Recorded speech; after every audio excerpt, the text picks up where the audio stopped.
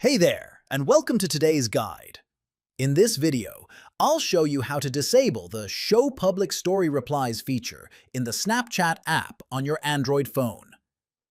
This option controls whether people can reply publicly to your stories. Let's walk through the steps to turn it off quickly. First, open the Snapchat app on your Android phone. Next, tap the profile icon at the top left corner of your screen. Now, tap the Settings gear icon in the top right corner. Scroll down until you reach the section called Public Profile Settings. Tap on Name Your Snapchat. Find the option Show Public Story Replies and toggle it off.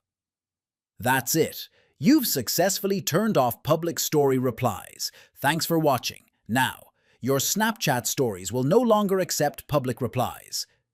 If you found this video helpful, consider subscribing for more easy-to-follow tech tutorials. See you in the next video.